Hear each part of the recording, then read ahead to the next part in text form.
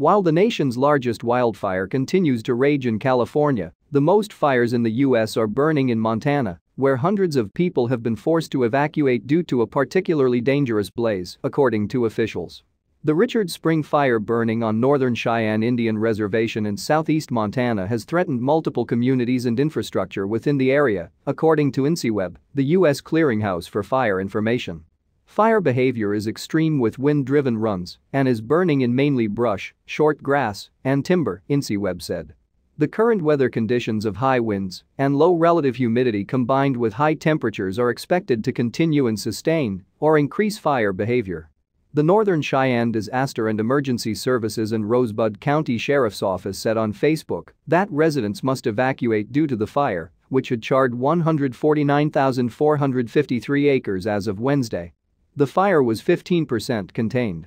Montana is home to 25 wildfires, the most in the nation, according to the National Interagency Fire Center. Fire personnel are already bracing for increased activity in the west due to the insufferable heat and severe drought conditions. There are 105 wildfires active across 14 states, burning 2.4 million acres.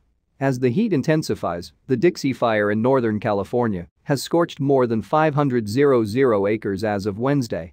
The fire, burning across 4 counties, has been steadily growing for the past month and was 30% contained Wednesday, according to the California Department of Forestry and Fire Protection, known as CAL FIRE.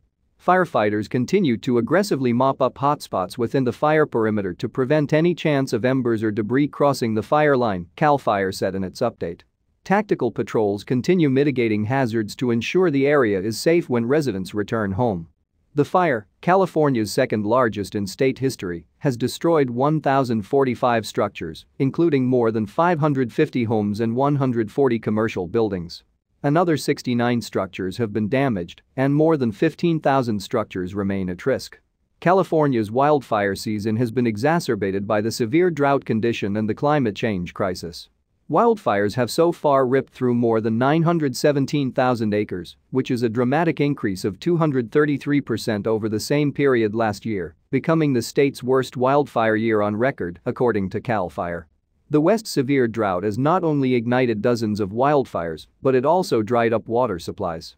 In Utah, 32 of the state's 42 largest reservoirs are below 55% of available capacity.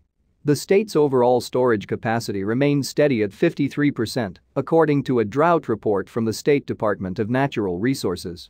Dry conditions have only gotten worse since the beginning of the year, with more than 99% of the state under the extreme drought designation, according to the U.S. Drought Monitor, which is produced through a partnership between the University of Nebraska-Lincoln, the United States Department of Agriculture, and the National Oceanic and Atmospheric Administration. A California reservoir is expected to fall so low that a hydro power plant will shut down for first time. A California reservoir is expected to fall so low that a hydro power plant will shut down for first time. More than 2.7 million people in the state are experiencing some form of drought, according to the monitor. The DNR said about 95% of Utah's water comes from snowpack.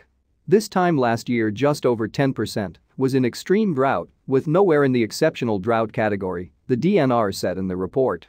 The benefits we saw from the recent rainstorms are wearing off with soils once again drying out, said Utah Department of Natural Resources Executive Director Brian Steed in the report. We have seen a measurable decrease in water use around the state, which helps keep more water in our reservoirs for later use.